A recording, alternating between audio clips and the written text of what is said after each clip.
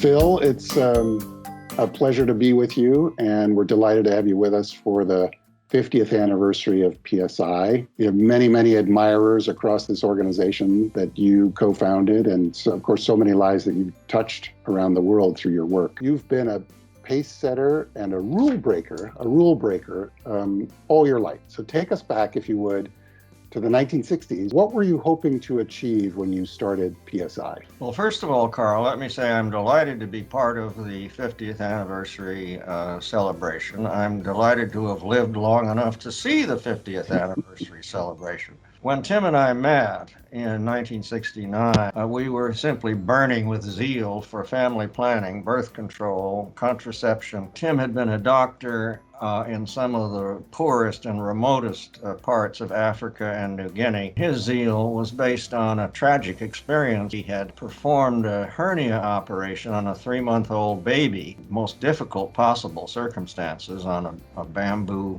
table in terrible heat. When he proudly took the baby back to the mother, and her face fell, she had hoped the baby would die. She had 4 children. Her husband was dead. She was desperately poor, could not possibly afford another child. And that just created in him such a strong belief. Until women like that can get control of their fertility, they will be slaves to it forever. So when he and I met in 1969, we both understood family planning services both in the U.S. and in developing countries, to the extent it existed at all, took place in clinics. We were looking clearly for non-medical, massive applicable ways of delivering family planning and contraception, and that's how we focused in on social marketing. Clearly seemed to us to be a way of getting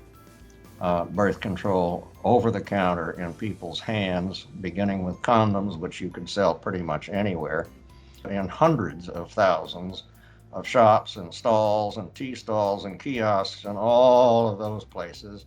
That was the idea, and that, in fact, is the way it turned out and the way it is still going. So the birth of big social marketing, right back at the moment where PSI was born, to address those challenges of lack of access, lack of the ability of women to control their fertility, using private sector channels, using all the wide spectrum of commercial channels to reach people, because the existing infrastructure just couldn't meet their needs and wasn't really interested in meeting their needs. That was true then, and in some depressing ways, it's still true now. Back when you and Tim were conceiving of this approach, and you look now back over those 50 years, what do you think you got right in terms of how you saw the evolution of this work?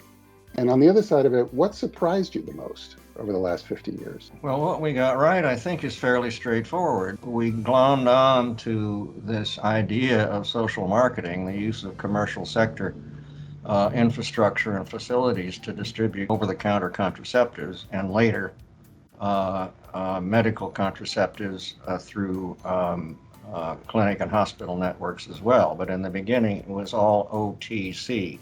Mm-hmm.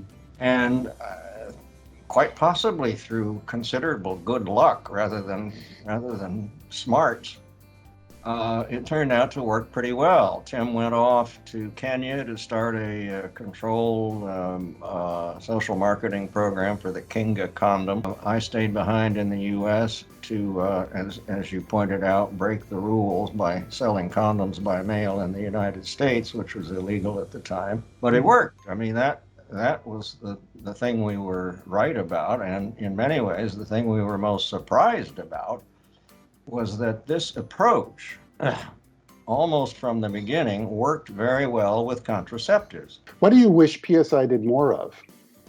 Family planning, Karl, as you know. You're the co-founder of PSI, but you have 3 NGO institutional children. You've got PSI, you've got MSI, you've got DKT. I won't ask you to say who's your favorite child, but I will ask you to say, what's your ambition for those 3 as a group? What do you want the world of social marketing that you helped birth to achieve as a group? Well, my focus remains, as you can tell, on family planning, fertility reduction. There's been no we certainly haven't reached the point yet where the job is done. There's a nice round figure that comes up now because the three organizations together, DKT, MSI, PSI, are serving over 100 million couples in the developing world. I know you have a lot of other interests and a lot of other passionate things that drive your work now. Tell us about what you're working on now. What's your passion project outside of social marketing, and tell us why it matters to you right now.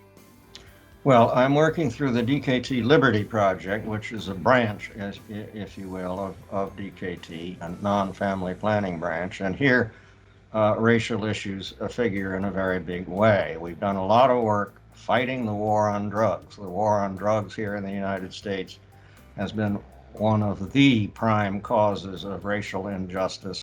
The legalization of marijuana, for example.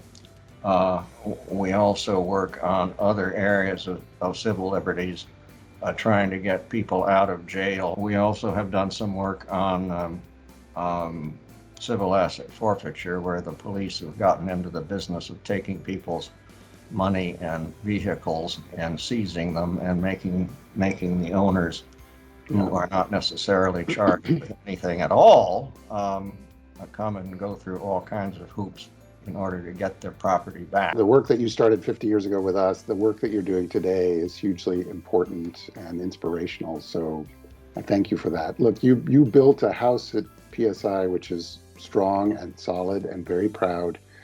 And on behalf of everybody, I want to thank you, Phil, for laying that strong foundation, and also encourage you to keep doing that very important and righteous work that you're doing now. Thanks so much.